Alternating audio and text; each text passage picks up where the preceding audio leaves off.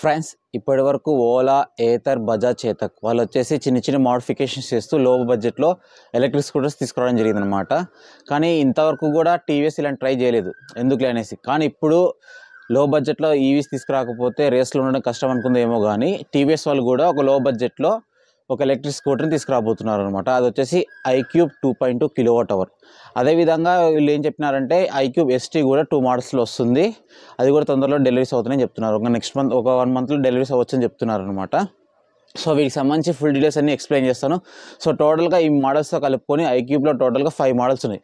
ఇంతకుముందు 2 మోడల్స్ ఉన్నాయి కదా, అవి 2 ఐక్యూబ్, ఇప్పుడు iQube 2.2 kWh and next iQube 3.4 ST, తర్వాత ఐక్యూబ్ ఎస్టీ 5.1 kWh. సో టోటల్గా 5 మోడల్స్ అయినాయి అనమాట. సో ఈ 5 మోడల్స్ సంబంధించి ఫుల్ డీటెయిల్స్ మొత్తం ఎక్స్ప్లెయిన్ చేస్తాను బ్రీఫ్గా. అండ్ లాస్ట్లో ఏది కొనాలో మాత్రం ఖచ్చితంగా అయితే ఎక్స్ప్లెయిన్ చేస్తాను, ఏది కొంటే బెటర్, ఆ కన్ఫ్యూజన్ని మీ అందరికీ క్లియర్గా తీసేస్తాను అనమాట. సో వీడియో స్కిప్ చేయకుండా లాస్ట్ వరకు అయితే చూడండి, మీ అందరికీ అయితే యూస్ఫుల్ అవుతుంది. ఫస్ట్ మోడల్ వచ్చేసి 2.2 kWh. సో ఈ మోడల్ ఇంతకుముందే ఉండేది. అదేంటంటే ఫస్ట్ ఇప్పుడు ప్రజెంట్ ఇప్పుడు 100 km మోడల్ నడుస్తుంది కదా, అంతకుముందు 75 km మోడల్ ఉండేది. సో అదే మోడల్ ఇప్పుడు మళ్ళీ చిన్న మేజర్ మోడిఫికేషన్స్ తీసుకొచ్చి ఇప్పుడు తీసుకురావడం జరిగింది. అండ్ ప్రైస్ కూడా తగ్గడం జరిగింది అనమాట. సో ప్రైజెస్ నేను లాస్ట్లో చెప్తాను. సో ఇప్పుడు 2.2 kWh మోడల్కి వచ్చేసి battery 2.2 kWh model and range వచ్చేసి ఎకో మోడ్లో 75 km, పవర్ మోడ్లో వచ్చేసి 60 km చెప్తున్నారు. సో వీళ్ళు చెప్పిన రేంజ్ అయితే కన్ఫామ్గా అయితే వస్తుంది. అండ్ మోటార్ వచ్చేసి 5 మోడల్స్లో సేమ్ అండి.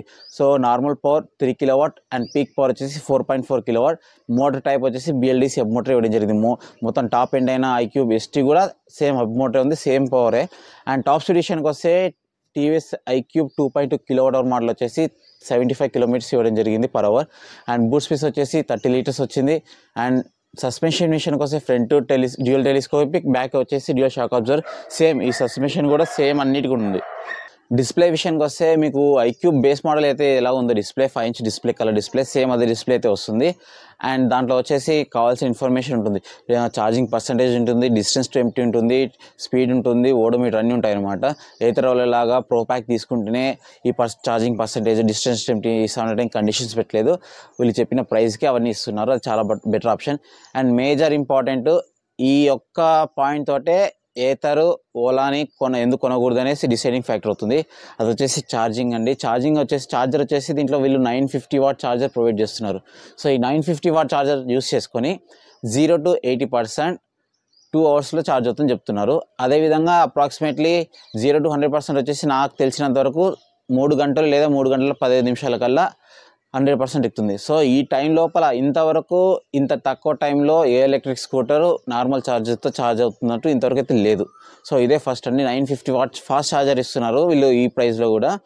అండ్ ఈ మెయిన్ థింగ్ వచ్చేసి వాళ్ళ ఓలాని ఏతర్ని ఎందుకు కొనకూడదు డిసైడ్ చేస్తుంది. సో వాళ్ళకి వచ్చేసి ఓలాలో కానీ ఏతర్లో కానీ ఛార్జింగ్ టైం, ఫర్ ఎగ్జాంపుల్ ఏతరే తీసుకోండి, వాళ్ళు 350 watt ఛార్జర్ ఇస్తారు.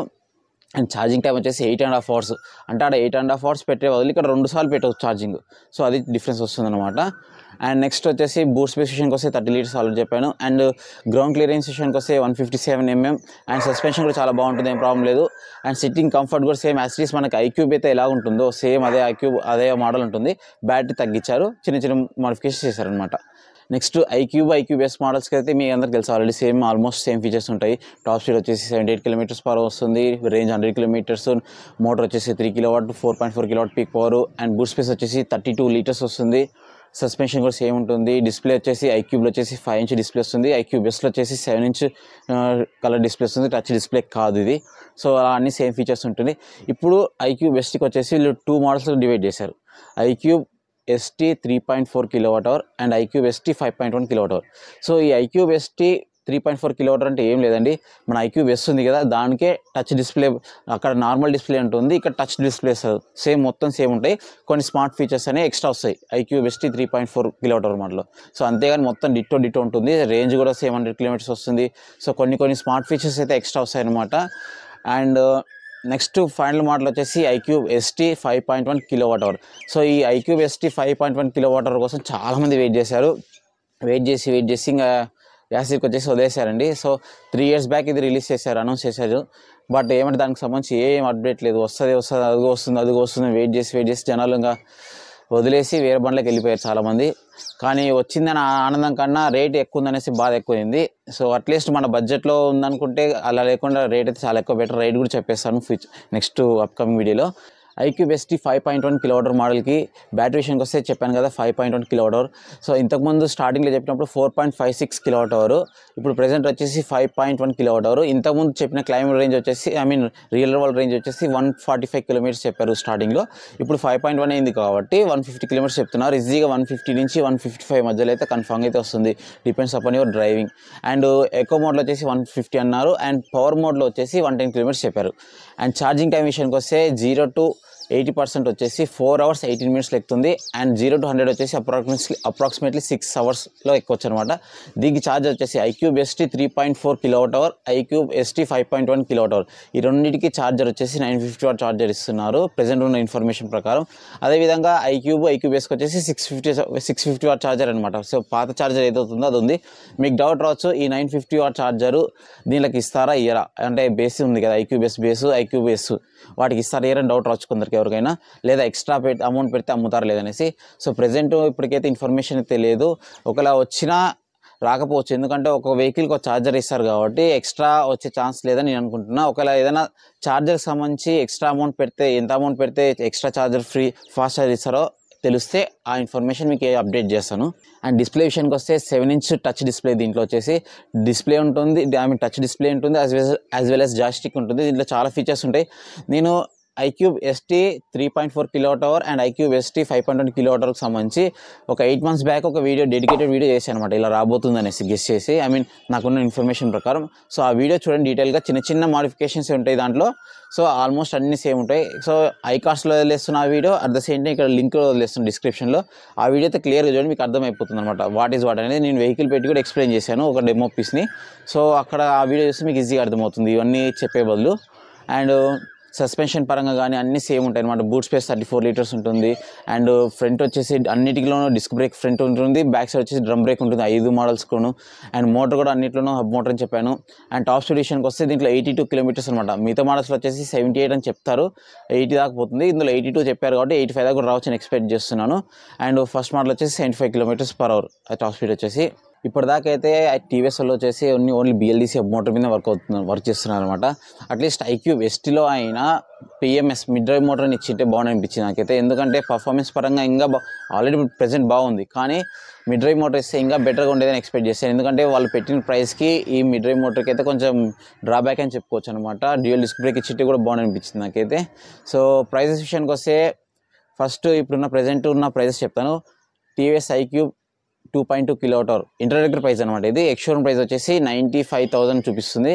అండ్ ఆన్ రోడ్ ప్రైస్ విషయానికి వస్తే దగ్గర 1,08,000. ఇది వచ్చేసి ప్రెజెంట్ కంపెనీ వాళ్ళు 12,300 రూపీస్ ఇంట్రడక్టరీ ప్రైస్ డిస్కౌంట్ ఇచ్చారు. ఈ ఆఫర్ వచ్చేసి నెక్స్ట్ మంత్ June 30 వరకు ఉంటుందని చెప్తున్నారు. ఈ 12,000 రూపీస్ డిస్కౌంట్ అనేది, 12,300 రూపీస్ డిస్కౌంట్ అనేది. సో నాకు తెలిసి ఇంకట్టే కంటిన్యూ కూడా చేస్తారు కొన్ని రోజులు, ఎందుకంటే కొనాలి కాబట్టి, జనాలు సేల్స్ పెరగాలి కాబట్టి. అండ్ నెక్స్ట్ పాత iQube S మోడల్స్ వచ్చేసి ఎక్స్షోరూమ్ ఆన్ రోడ్ ప్రైస్ విషయానికి వస్తే 1,50,000 iQube, 1,61,000 iQube S ఉందన్నమాట.